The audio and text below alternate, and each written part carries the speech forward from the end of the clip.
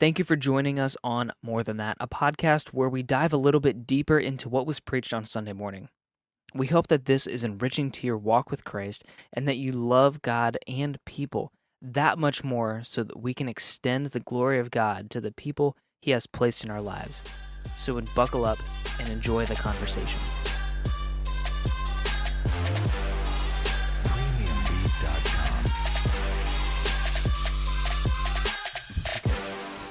Hey, church, welcome back to More Than That.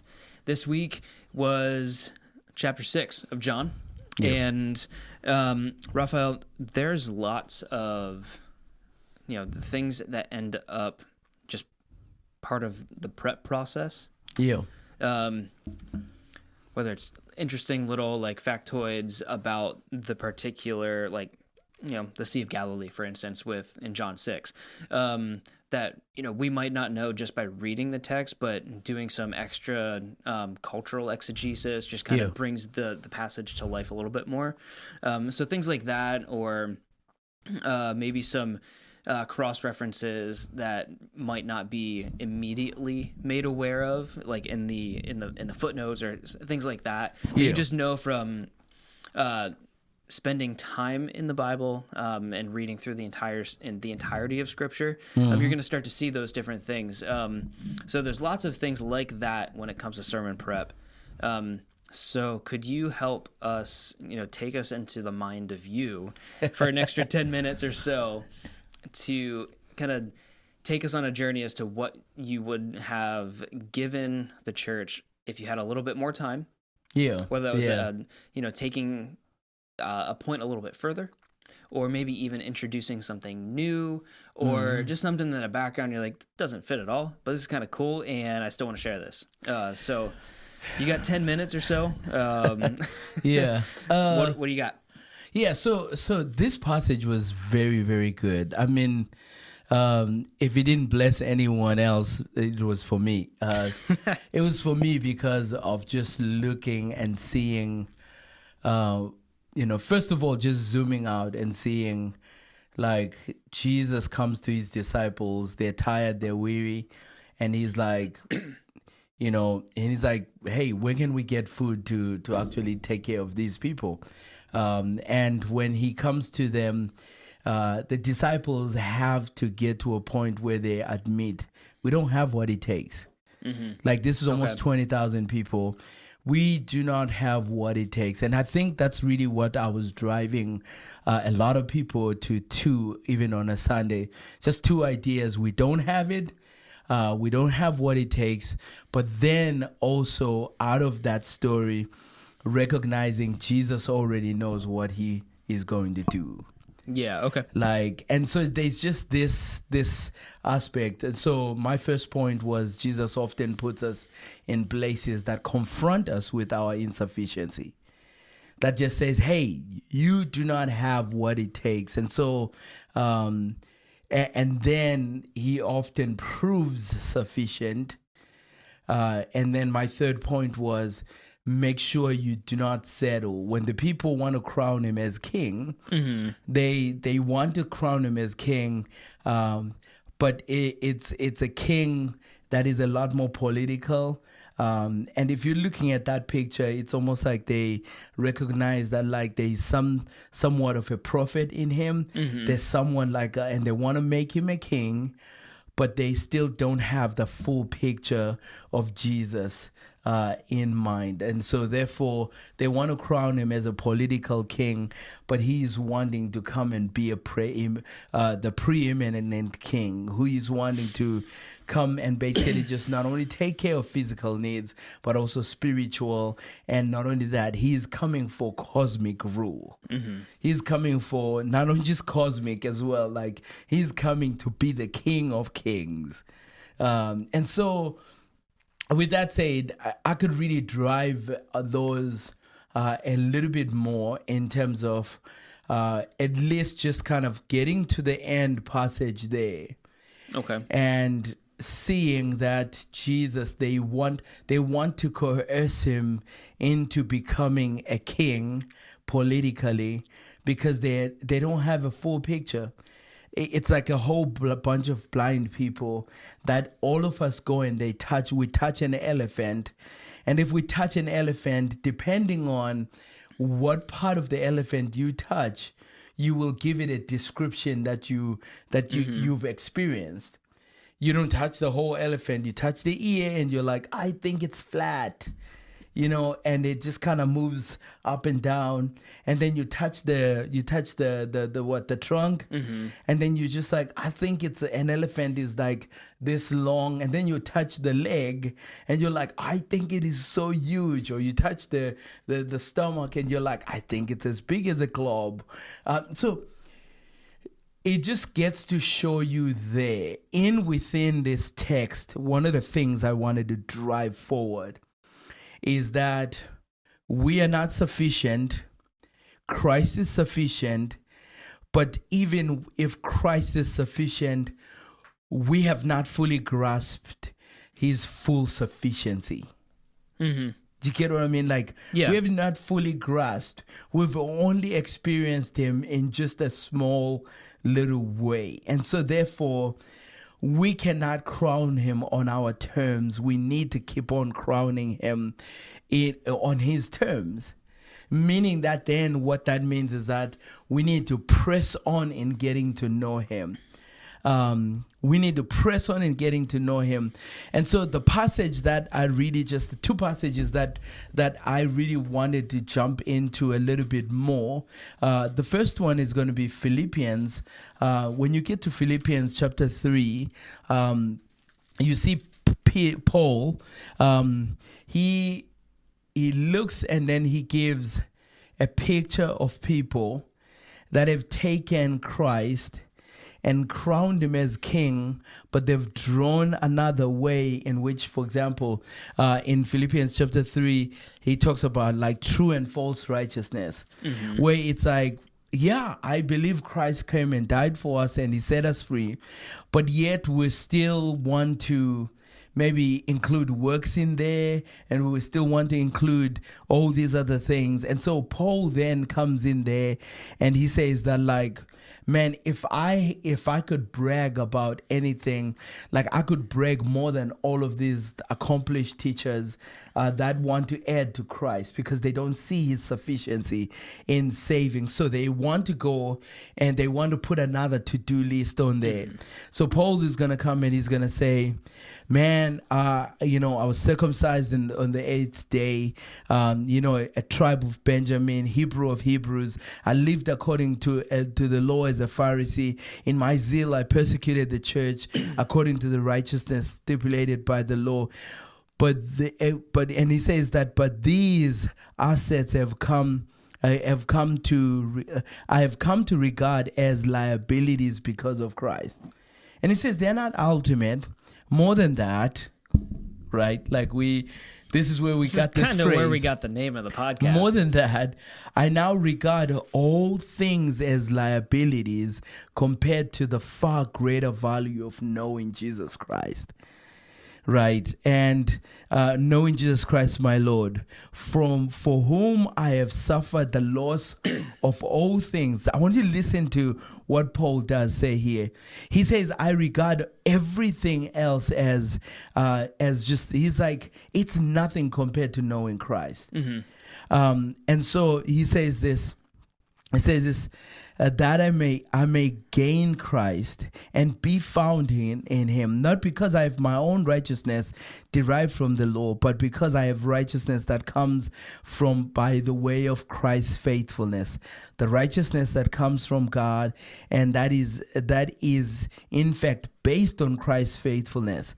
And he then gives us, like, if Paul had a statement that became a more, like a mission statement, my aim is to know him, to experience the power of his resurrection, to share in his sufferings, and to be like him in death, and so that I may attain to the resurrection of the dead. Not that I have attained this.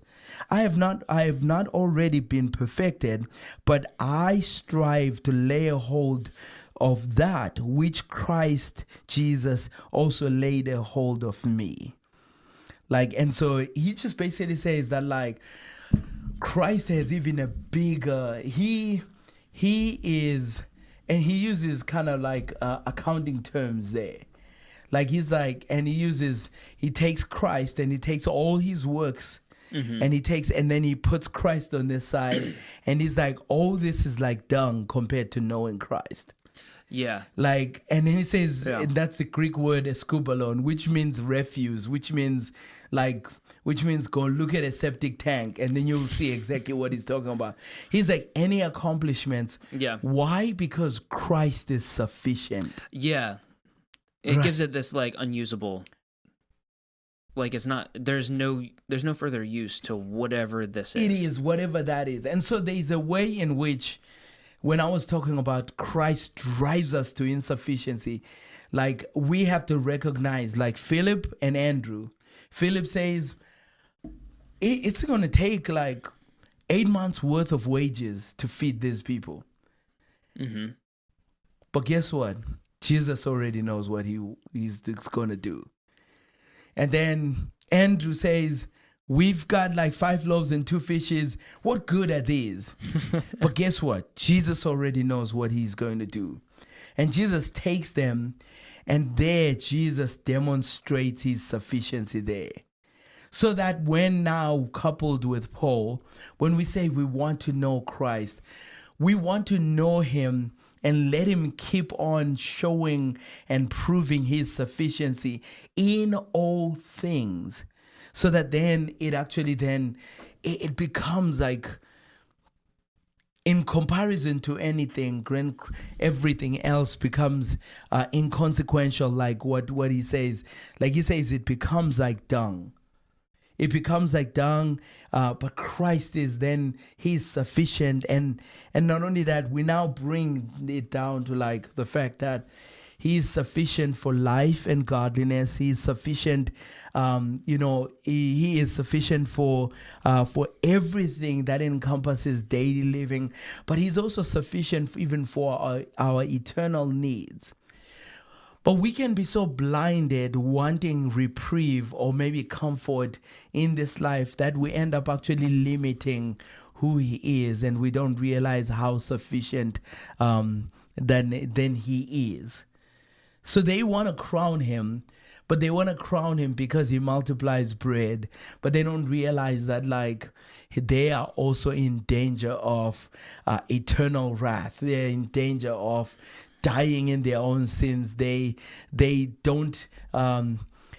danger of, if they secure him in this moment, they're in danger of missing out on forgiveness of sin, resurrection hope, and the outpouring of the Spirit, being adopted into his family, becoming the church, and becoming part of a movement that's going to change generations upon generations, and the death of every sacrificial system and the crowning. You see what I mean? Like, there's just so much more, but not only just in his benefits, in who he is. They're going to miss out on him being preeminent, being king, being first in everything. And so there's a way in which it's like, I kind of said it in our sermon, that we can finally see him as like sufficient, but then we can end up compartmentalizing him in terms of like, where is he sufficient? Mm-hmm. But Jesus wants to blow through all that stuff. So when they try to crown him, he runs. He just slides away from them because he's saying, and in fact, this is actually like what his time had not come yet. Yeah. And so there's a way in which it's like, he knew what he was going to do. So, and you see Jesus actually escaping this moment of just comfortability with, first of all, we see it with Satan. Mm-hmm. Satan tempts him at the mountain, he's like, I'm going to crown you king. You will rule over these things. And he's like, there's no kingdom without the cross. And then we see the next thing, the people try to crown him as king. He escapes them and he's like, hey, darkness is still going to be here if I actually do not, if I allow you to make me just a political figure. Later on, we're going to see it's going to be one of his disciples, Peter, who calls him aside in Matthew chapter 16. And right after he has confessed him as Messiah, who do people say I am? And Peter says that you are the Messiah. You're the one who is to come. He makes that confession. Right after that, Jesus says, flesh and blood has not revealed that to you. And he begins to speak about the cross. As soon as he starts talking about the cross, what does Peter come and say? Pulls him aside and tries to rebuke Jesus. And Jesus says, get behind me, Satan. And he's like, hey, these are not ideas planted by you. These are just like ideas where Satan is gripped you in some way. And obviously later on, like we know that Jesus we see there's the denial and the denial the grip and all hasn't that left. stuff. Like it hasn't really left. Satan has asked to sift you, but I've prayed for you that your faith will not fail you. But even later on, when Pilate wants to remove him, like and save him from the he's like, they call you king. He wants to save him from the cross, and he's like, my kingdom is not of this world. If I wanted, I would ask for a legion of 12 legions of angels. They would come and they would rescue me. So you are kind of getting to see this now. When you walk into this text, what you get to see is maybe a concurrent, like a certain trend of the people of God. We know him, but we know him in part. And our disappointments and maybe even our deconstructions or disillusionment and discouragements with him is probably not because he is not sufficient. It's probably because we have not pressed on to know that he is also sufficient, not only for this compartment in your life, but for every single one of your needs. So it's one of those things where it's like we can be then tempted to settle. And so therefore, and you see that over and over in the scriptures. For example, in Colossians, he says that like you've been raised with him, seek the things that are above. Like keep on fixing your eyes on Jesus. Why? Because this is what you get to see. For example, in chapter 3 of Colossians and chapter 4, it addresses his supremacy in the fact that everything, even for daily life, is included within that. I think if you count between chapter 3 and 4 of Colossians, like the word Lord is used at least 9 to 10 times, and basically like touching every life and every activity, whether it's domestic, whether it's actually like your eternal needs, and every single one of these things. And so you get to see then that the conclusion to this is that while completedness doesn't eliminate our needs, like he is sufficient, it doesn't eliminate it. It means all our genuine needs find their answers in him. And what then does that demand us to do? It demands us to never try to put him in a certain kind of compartment. It requires us to keep on, like Hosea chapter 6:3 says, let us press on to knowing him more. So, and it's just that aspect there. Like, I don't know if you've ever heard this term, but like, if you ever find yourself plagued by doubts and plagued by like disillusionment and all those things, the problem is usually not Christ, it's actually us and our view of him. Yeah. And so therefore, and there's sometimes where the enemy and our own fallenness and our own, in which is also an invitation to grow, every time we are confronted by insufficiency, the temptation is to say, well, man, this marriage problem, that's beyond Christ. We might not say that confessionally, but we might say that functionally, in a way of just like, when we put, for example, more emphasis in anything else other than Jesus, then we're actually confessing these things. But we have to now recognize that, I'm going to say this one statement, and I think it's so important. All temptations that we face have inside one question: is Christ sufficient for this also? Yes. And what we now need to do then is we need to now keep on having to say, show me your glory, Jesus. We go into the scriptures, we study a little bit more, we kneel down, we practice the habits of grace, and every one of them is to continually just like expose us to the sufficiency of Christ for life and for godliness.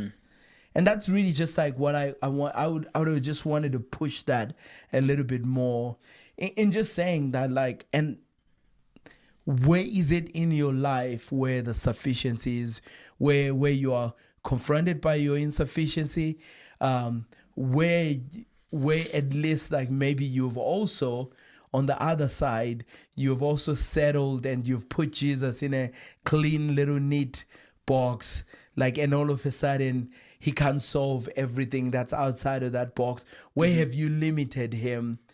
And this text is going to say that he's all sufficient and he's able to meet all our needs, as we're going to see here in a couple of weeks, whenever we get to the latter part, when he's actually now interpreting this parable here, this miracle here. Jesus basically says, I am the bread of life. Meaning that, man, you will never go hungry as long as you're with Jesus. Yeah, which is what he did in John 4. Yeah, which is what he did as well. Yeah, definitely. Because now it's a life-sustaining.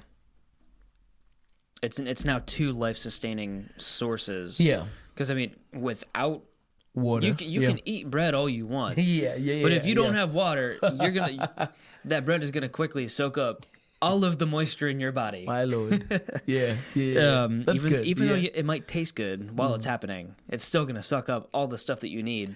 There is a way in which Jesus can give you bread that is moist enough that will actually just like... You're taking us back to the intinction days, and that's just giving me the heebie-jeebies. I've done that way too many times, and that is the strangest and most off-putting texture. Yeah, you're right. That texture usually just like throws me off because it's like soggy bread. I don't know, bro. Plus the flavor combination. Yeah. I love Welch's, but not. And I love cereal, but that is not how I like my breakfast. That's funny. So, one of the things that you pointed out, and I think that they're kind of both hand in hand in terms of like the body's necessary for this, but you brought up like the things that we're blinded by. Yeah, like obviously here in John 6, there's going to be a point where the crowd is going to be hungry, and I mean, we still get to this point today, like where you're so hungry that you can't focus, you can't learn, you can't do anything. Yeah, that you just need to go take a break, get yourself some food. Yeah, let your stomach do the get your body the nutrients that it needs, so that you can continue doing the things what you need to do. And this is kind of what we see here, but we see also that the disciples and Jesus are kind of on the same page, but they just don't know. It's like, hey, there's this physical need that is met because they're blinded by this physical need of hunger. If we don't give them this, I mean, we're providing them the spiritual food. We might as well provide them the physical food as well. How are we supposed to do that? And I got you. Just listen to me. Go do this and bring it back. Yeah, and then I'll take it from there because this is what I do. Yeah, I provide. All I do is win. no matter what. Gosh. Yeah, but don't go further with that. Anyway, we can probably edit that out. No, it just means we're human. Anyway, Jesus wins all the time, though. He does. Yeah. But I did hear that one of the people that is on Lecrae's speed dial Yeah. is Kendrick. Okay. I was like, all right, or maybe it's the other way around. Lecrae is on Kendrick's speed dial. One of the two. Something along those lines where they talk. Yeah, it's encouraging to see these guys become missionaries in their own room. Yeah, it is. And I mean, but the cool part is it doesn't just like hit the rap world. It hits all of these other worlds. We're seeing it with Brandon Lake and Jelly Roll and in my sphere of the metal stuff. But what we see though is these spiritual needs.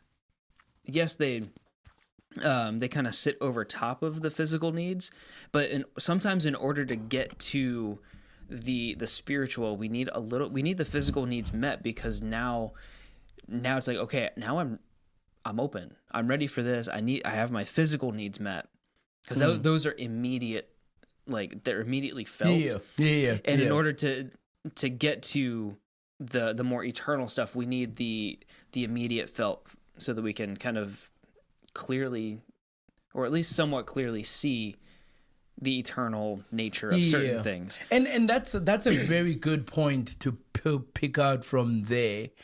That's like the most practical way in which some ministries today are succeeding in bringing the gospel. So, for example, Samaritan's Purse. Yeah. Like we've gotten involved in some of these. We just fed, like we just did meal packs and stuff like that, and just recognizing that, like, if you just go out there and they're coming to Jesus, they're following him for miracles.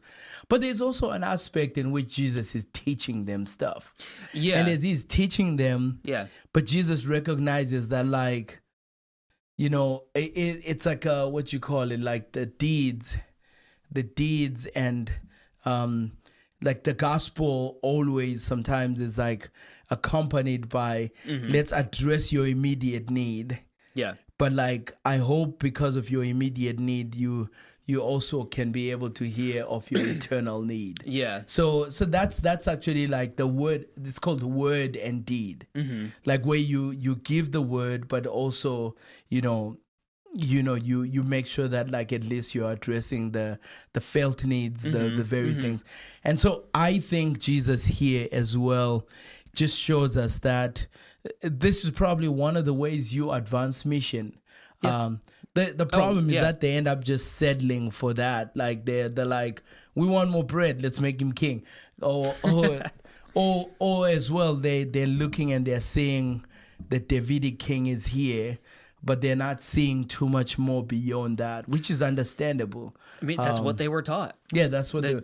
So, granted, that's not, which is why Jesus goes so hard against the Pharisees. Like, you're kind of screwing up and corrupting their view of who the Davidic king and what the Davidic king is. Yeah, what he does. So you're not seeing clearly because these guys haven't seen clearly. Yeah. That's good. But so one of the things that, just to kind of press on some of these like miracles, because one of the big questions is, do miracles happen today?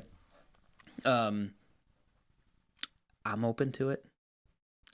I think they still happen. I just haven't seen any. They're not as prominent. They're not as prominent, but also as well, like we think about miracles. You have to now also just think about miracles from a different perspective. From a different perspective, in terms of, like, I believe miracles still happen. I've seen some happen, like growing up where I grew up, but yet I've seen miracles in smaller proportions everywhere around me. So the first miracle that you and I get to experience and that we see happening over and over and over is just watching someone far away from Jesus. Like someone wants nothing to come to Jesus.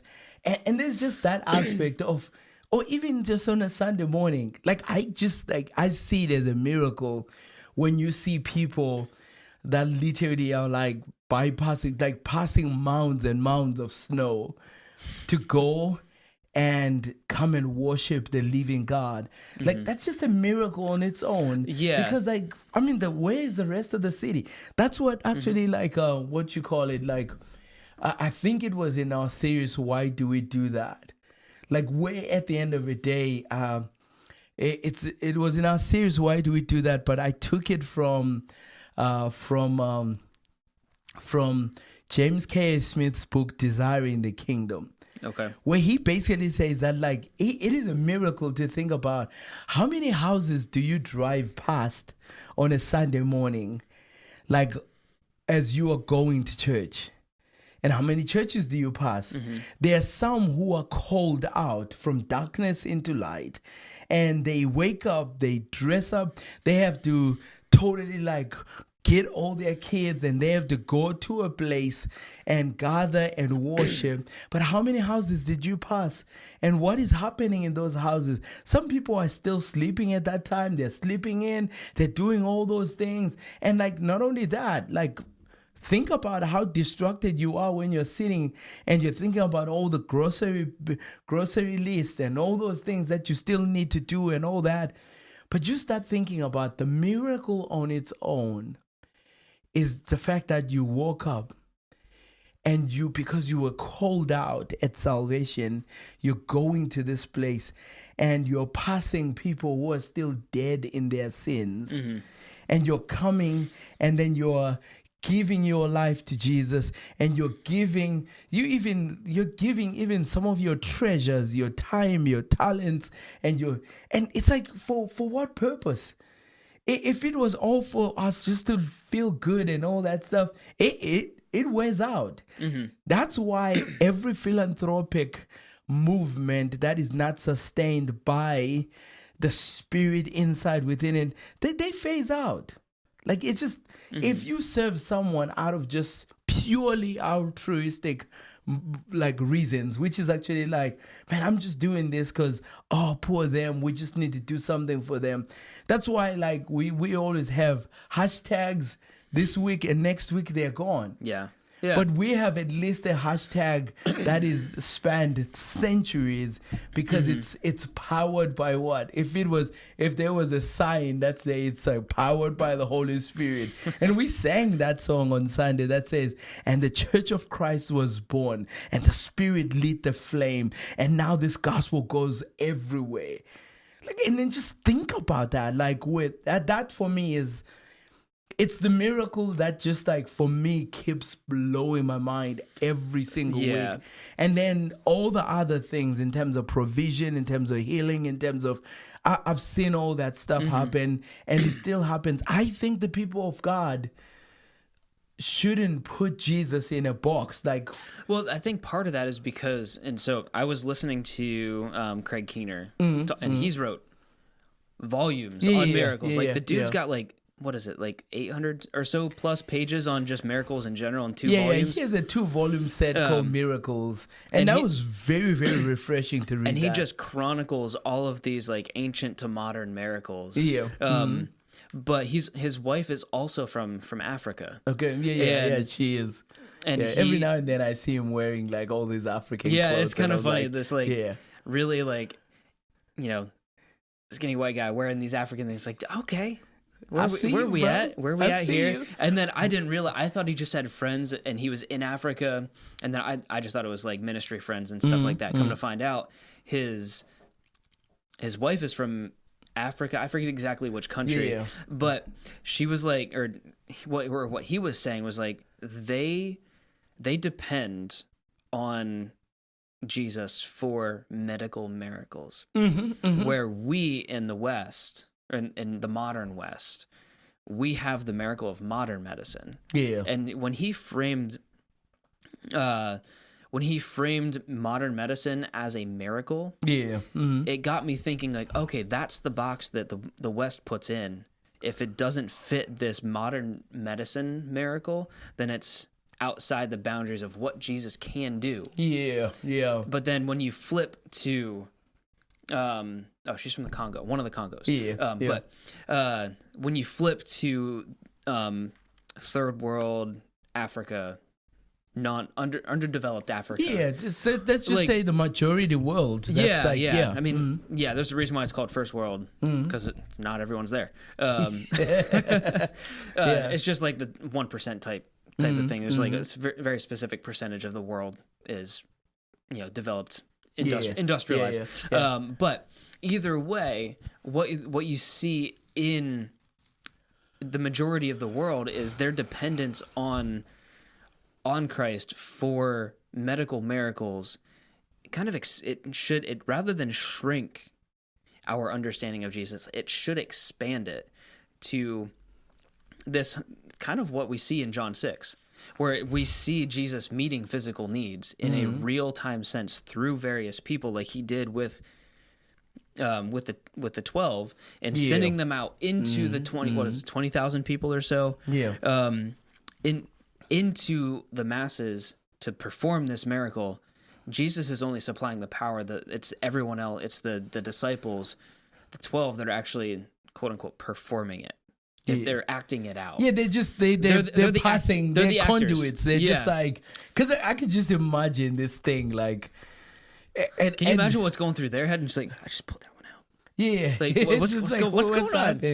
But that's now like where I think the Lord will often put us in those places of insufficiency so we can ask for a miracle from Him. Yeah, and I will say that like at least like when it comes to medical, obviously like we do have. We do have some people who are more blessed than others. Yeah.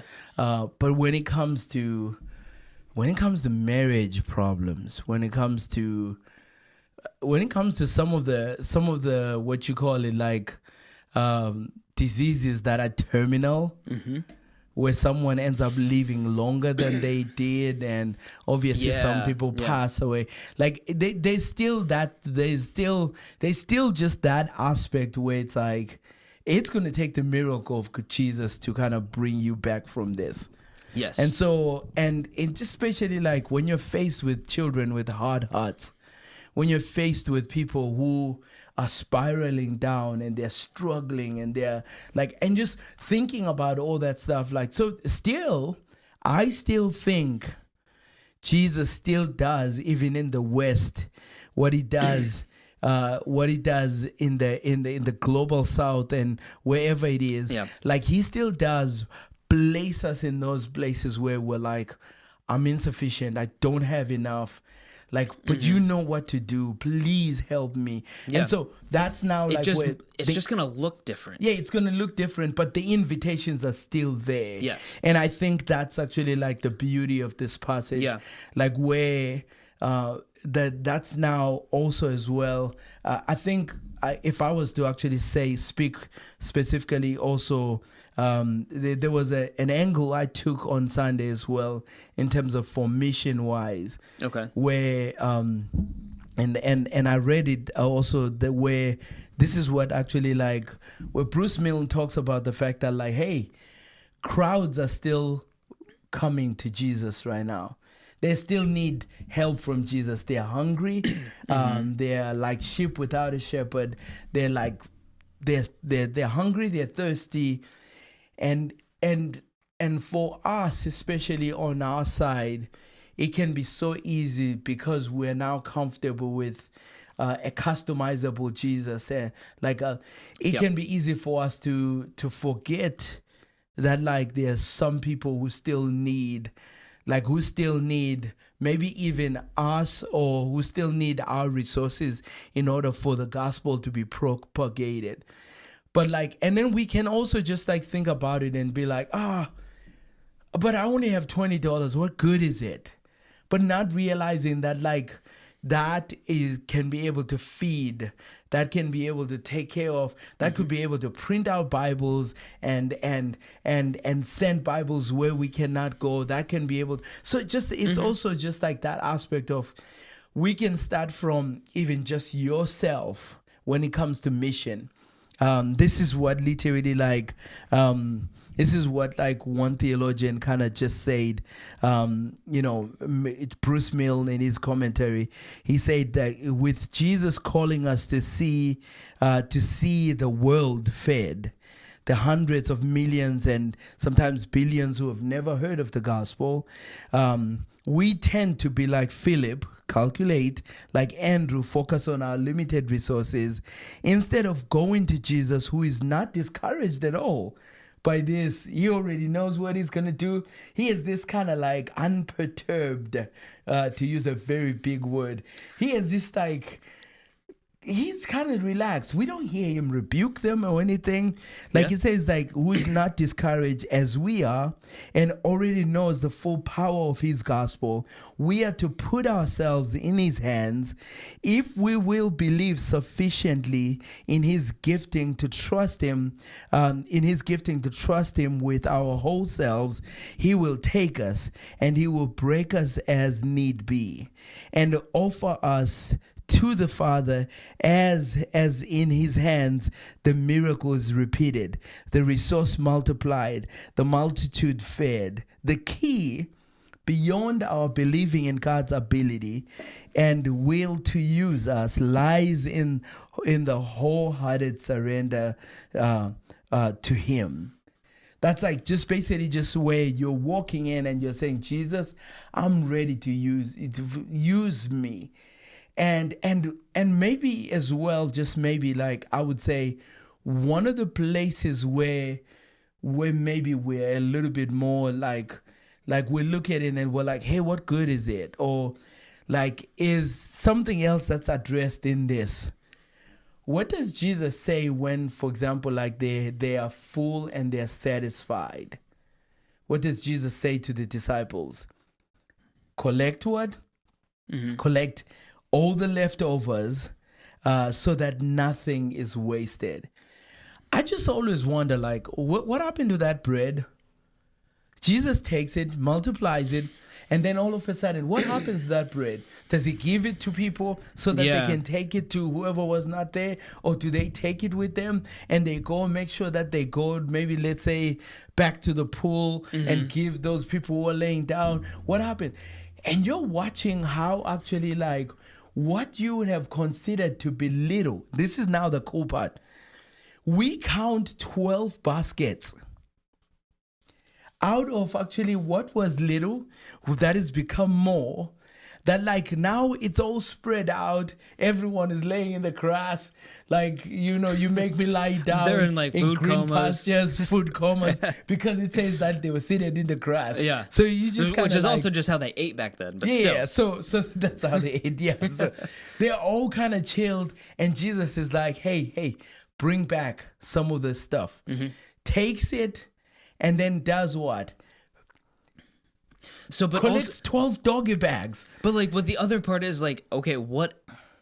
So that's just what they collected as leftovers. Yeah. Mm-hmm. What is meant by leftovers? Yeah, that's what I'm saying. Yeah, because is that like the leftovers after everyone else had their fill? And then maybe they still have some left. They had their own doggy bag to take back home to the rest of their family to make sure that their family was fed as well, which is to kind of corroborate what we see kind of like throughout scripture, where we see like Marty talked about this, where the parents and the grandparents are supposed to feed their children, whether it's he was talking specifically spiritually, but physically as well. You can't have the spiritual without the physical. We've been hitting that hard already, but like the people that were there, they're gonna go home. Yeah, they're gonna need to feed their family. Mm-hmm. What better segue into that conversation than be like, hey, where'd you get this food? Oh, hey, by the way, let me tell you, is this dude just sitting on a hill, he's talking, he's doing all these things. He took this thing that fit in this bag and made 20,000 people hungry or who were hungry and sent them home with food. Go pay attention to this guy. Yeah. And that's now like where, if we were drawing another just practical thing out of this, Jesus never feeds us and doesn't leave us with leftovers that like doesn't leave us without leftovers, so we can be a blessing. We can be able to actually like be a blessing to some other. So there's always like he gives us enough, but even the little out of there, you know, you're taking all these fragments and they become 12 baskets. And as a church, like there's a way in which we can be able to like, man, I've got only $10. What good is it? No. It's a fragment out of all our provisions. We bring it and we put it together. And then all of a sudden we're helping a church being planted. All of a sudden we're helping, like it's literally like out of those 12 baskets. Yes, the baskets represent like Jesus is capable, fully capable to feed all of the 12 tribes.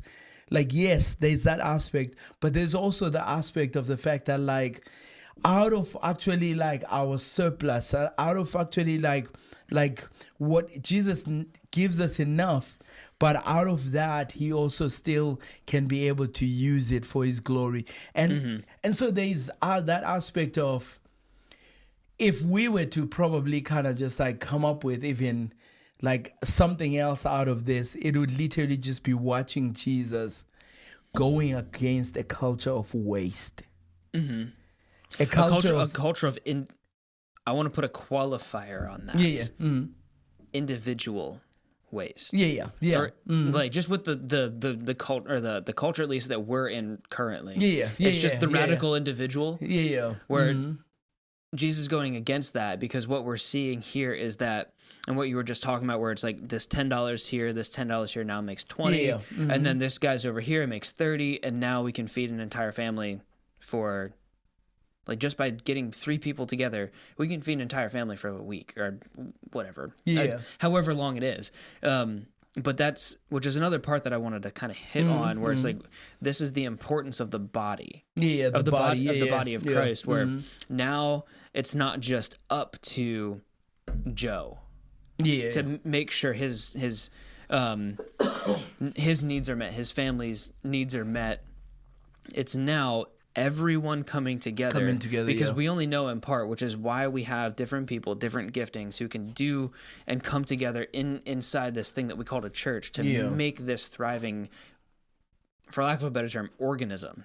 So when we have that, now we have a fuller picture of who Christ is, but also now we have a fuller ability to bless other people. So we have this ability, and so there's a way in which, you know, I'm proud of a certain family that like they realize, hey, we have these things in our storage unit, because like we have so many storage units, right? Like just things that are like in the attic or in storage units or wherever it is, and then we're paying for all those things. But I was amazed by this person actually just like posted online and just said in our church center and said, hey, I've got this couch and I've got this and I've got this, I've got that in our storage unit. If you know someone who needs it, please let us know. Little did they know that I had just literally talked to a family that had nothing. And when and literally almost like the list of what they were saying is there was literally what this family needed. And then so, and I remember just like making phone calls and then someone going and helping, going with this gentleman, going and helping pick up this stuff. And I'm watching this family that has nothing, that have just moved into an apartment that is empty. Like, and the wife is in tears and she's like, this is the couch I prayed for. This is like, and then you're just kind of seeing that aspect of like, where I think what they needed was they tangibly needed like like something that was going to show them that Christ is with them and he's there to provide for them. And God moves in this family, and then this family is praying, and then literally I'm telling you, like, I had not even thought about them until I decided to take these back roads. I passed through and I saw them walking, and I was like, oh, they needed stuff. So-and-so said he had them. And I stopped, made a U-turn, came and talked to them, and I was like, hey guys, this is what, and they were like, Pastor, thank you so much. Even up to now, like, they still tear up when they think about the fact that they I'm talking about a space of a couple of hours, they had everything that they needed. Mm-hmm. That just gets to speak to what we look at, like this, like what you were talking about, the culture, kind of against the culture of individual waste. Jesus here is like, collect. Mm-hmm. And let's actually make sure that, like, they don't collect it so it gets mold. They collect it and it gets eaten again. Yeah. So collect, and let's make sure that it's actually used. So here is now where the challenge is at. Where is it that, like, in your life you are maybe tolerating waste? Yeah. And with that said, who, in what you're wasting, who could be blessed out of that? And then so we just have to kind of look at these things and think about, like, our little matters, like, and then our excess matters. And we need to now start thinking, you know, start thinking about how then do we leverage those things to be a blessing in His kingdom. I love passing through some of these church yard sales, like where as a church they come together and they bring all their stuff from their, their stuff from, and they sell it, and all of it now goes to missions. Yeah, all of it goes to a church that I previously went to. That is what they like. Bro, the entire sanctuary was filled. Like the entirety of the church was like, I can't wait for that. To be able to do that, to bless people. Yeah, it's to be a blessing in other places in the world. It's like, that's really cool. That's really cool. In the culture that we live in, that is so foreign to us that it's like when we see that, it's refreshing. Yeah. So, but I also want to make sure that we qualify something as well. Yes. Tyler the qualifier. Yeah. You should know me by now. So when we say giving out leftovers and waste and things like that, what we're not saying is that leftovers. Is that, this is like, I didn't finish this, and it's like a little bite. Here, you have it. It's like, okay, I have this. I am taken care of, which is what we see in Luke 16. Where the unrighteous steward takes care of himself, so that he's good, and then every other things happen after that. He kind of sets himself up for success later. But so we should be free to do that. Make sure that you're able to continue to bless people out of your excess by making sure that you're okay. So definitely. Because if you throw yourself and you're putting yourself in, whether it's financial straits because you're just giving too much, it's like, we appreciate the heart, but are you okay? Like, are you able to make sure is this something that you can sustain? And that's as a missionary, as someone who has to raise the support, that's one of the things that is always in the back of my mind. Is this sustainable for this person? Am I asking something that is, yes, it's going to be challenging to ask, but is this going to be sustainable for this person or family? Because the last thing that I want to do is to see someone who's a part of the body on my team suffer because of what they're giving to me. And that's the part where you also just make sure you're practicing these things in community. Sometimes it just might be like in your community being able to at least have one or two people that you can bounce some of these things with. But then also that kind of makes the whole compound interest thing make a little bit more sense, because now you have this over here, you have that, and then it's like saving $1 every day. And you just compound that, and now you're saving like $10,000 a year or something like that. I don't know, whatever it is, and it's just like, oh, it makes sense. Now I have that I have that ability to do that now. So I just wanted to qualify that to make sure that, hey, we don't want you to not be, okay in whatever way, shape, or form. We need to, take care of ourselves so that we can take care of other people. So just want to make sure that, there's not just this radical giving without with a lack of self-preservation. It's and those are some of the things where it's like, obviously there's some, I think I've seen two extremes in this. Yes. I've seen two extremes where like Jesus is calling, like I bet you when Andrew goes to that little boy, like if this little boy kind of says that like, listen, this is my only lunch. It's like he misses out on the radicalness of that. So, but then there's some people obviously that's like, so there's some people God will call to actually like take a big step of faith in that way. But then there's some people who then do it foolishly. Yes. Like I think that's what you're talking about. Like where it's like not even foolishly, unwisely, maybe to kind of soften the cushion.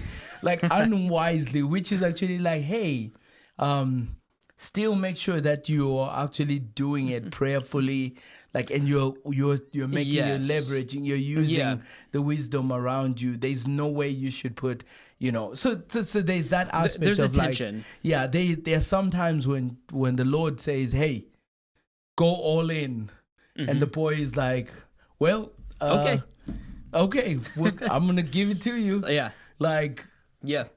And then Andrew's, and the boy probably says, what good is it anyway?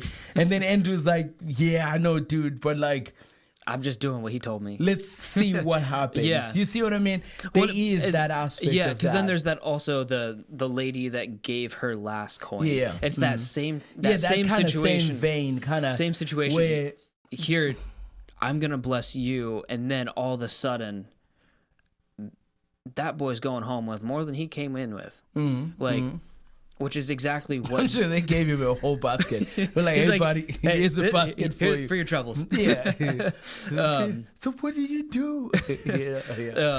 But so that's kind of what I'm expecting there. But then on the other side of it, where it's like, hey, you got to, like, you don't need to take any home. Like, I could see that with, like, in Luke 6 with the centurion. It's like, the centurion brings stuff like, bro, you're good. You are... Give whatever you would have here to another family, or divvy it up, because you're good whenever you go home. That's good. So that's the kind of tension that we run in. It's called the tension of faith. Faith. There's some things that God calls us to that look absurd to the world, but they make sense to the Lord. And there's some things that like actually we do them because we're way too excited, and they end up being actually like we're doing them in a foolish way, like in a rather softer, in an unwise way. And so we need to actually always just kind of like have voices of reason around.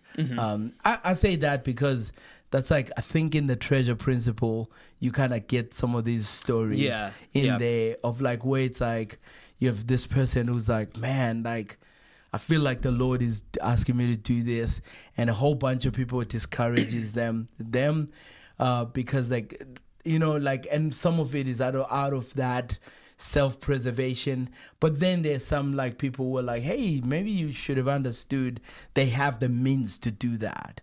Like, so that's now like where you can be able to work that out. So within this story though, like, I think the floodlights are with Jesus and his sufficiency. And I think as long as Jesus is at the center, informing any of that, then you can do it in the healthy way, not in the unwise way. Jesus himself has to be at the center of that. So, I got nothing left. We're good. I got nothing left. We're good. That was just based on where you wanted to take the church. Like, those were the two big things. I was like, those are really big points that we should, flesh out. Kind of work through, because they're big, especially, we came out of Multiply last year, like the first part of the Multiply initiative. We're about to jump back in at our halfway point. So that's why this passage was like, Yeah, and knowing that, I was like, okay, we need to flesh this out, because this is crucial, not just coming out of the first part of multiply, but going into the second part, and why the body of Christ is necessary for the church to do its thing, but also for not just locally but globally. So Raphael, thank you for bringing chapter 6, or at least the first part of chapter 6, on Sunday. And I just want to remind you all that this is not a replacement for the Sunday sermon. If you're watching on YouTube, go to Here's Your King on the YouTube channel. It's under the playlist Here's Your King, and you will find the most recent series or sermon in there. And if you're listening to it on the podcast, please fast or rewind to the podcast right before that. You're going to run directly into the sermon.